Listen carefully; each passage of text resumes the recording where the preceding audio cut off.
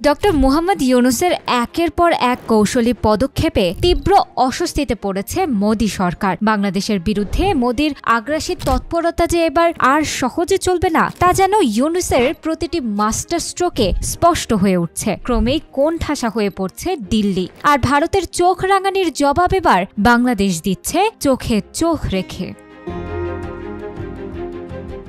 দীর্ঘদিন ধরে ভারতের ছায়াতলে থেকে মুখ বুজে সহ্য করে আসছিল বাংলাদেশ, কিন্তু দিন বদলেছে। এবার বাংলাদেশ দাঁড়িয়েছে নিজের পায়ে, দেখিয়ে দিচ্ছে নিজের সক্ষমতা। তারই এক অনন্য উদাহরণ মুহুরী নদীতে বাংলাদেশের বাঁধ নির্মাণ। আর এই জবাব দেওয়ার শুরুটাও করেছিল ভারতই। গত বছরের আগস্টে বিনা নোটিশে ভারত ত্রিপুরা সীমান্ত থেকে বিশাল পরিমাণ পানি ছেড়ে দেয়, যা মুহূর্তেই ডুবিয়ে দেয় বৃহত্তর নোয়াখালী ও কুমিল্লা অঞ্চলের বিস্তীর্ণ এলাকা। আকস্মিক এই বন্যায় ক্ষতির পরিমাণ দাঁড়ায় শত কোটি টাকায়। অথচ তখন ভারতের মুখ ছিল বন্ধ, নেই কোনো কৈফিয়ত, নেই দায়িত্ব। বাংলাদেশ যখন নিজের স্বার্থ রক্ষায় মুহুরী নদীর তীরে বাঁধ নির্মাণ করছে, তখন দিল্লি ও ত্রিপুরা সরকারের চোখে মুখে অস্বস্তির ছাপ স্পষ্ট। তাদের প্রতিক্রিয়া দেখে মনে হচ্ছে বাংলাদেশ যেন বাঁধ নয়, কোনো রাজনৈতিক প্রতিশোধের দেয়াল তুলে দিচ্ছে। শেখ হাসিনার বিদায়ের পর দক্ষিণ এশিয়ার কূটনৈতিক আবহে যে পরিবর্তন এসেছে তা স্পষ্ট।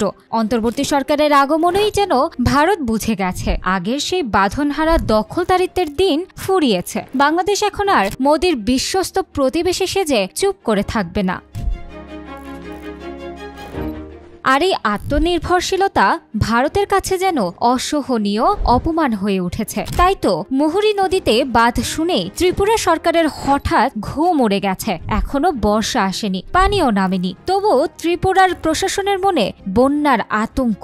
যেন বাঁধ নয়, বাংলাদেশ কোনো ধ্বংসযজ্ঞ চালাতে যাচ্ছে সীমান্তে। ভারতের সংবাদ মাধ্যম এনডিটিভির প্রতিবেদনেও সেই আতঙ্কের প্রতিচ্ছবি। তারা বলছে, মুহুরী বাঁধ ঘিরে দক্ষিণ ত্রিপুরায় ছড়িয়ে পড়েছে তীব্র উদ্বেগ। ত্রিপুরা সরকার এতটাই অস্থির হয়ে উঠেছে যে জল পরিস্থিতি বোঝার আগেই রাজনৈতিক বার্তা পৌঁছে দিতে পাঠিয়েছে উচ্চ পর্যায়ের প্রতিনিধি দল। বিশ্লেষকরা বলছেন, আসলে নিজের সীমান্ত এলাকায় অভ্যন্তরীণ অব্যবস্থাপনার দায় চাপানোর জন্য ভারত এখন নতুন অজুহাত খুঁজছে, আর বাংলাদেশের এই আত্মরক্ষামূলক উদ্যোগকে তারা বানিয়ে ফেলছে রাজনৈতিক আগ্রাসনের গল্প। শেখ হাসিনার আমলে ভারত যেভাবে বাংলাদেশে একতরফা সুবিধা ভোগ করত, সেই দিন শেষ। এখন বাংলাদেশ স্বরূপে ফিরেছে একটি স্বাধীন ও কর্তৃত্ববান রাষ্ট্র হিসেবে। আর এই সাহসিকতাই ভারতকে অস্থির করে তুলেছে। এ যেন বাংলার প্রবাদ, তেলে বেগুনে জ্বলে ওঠা। ঠিক তাই হয়েছে ভারতের।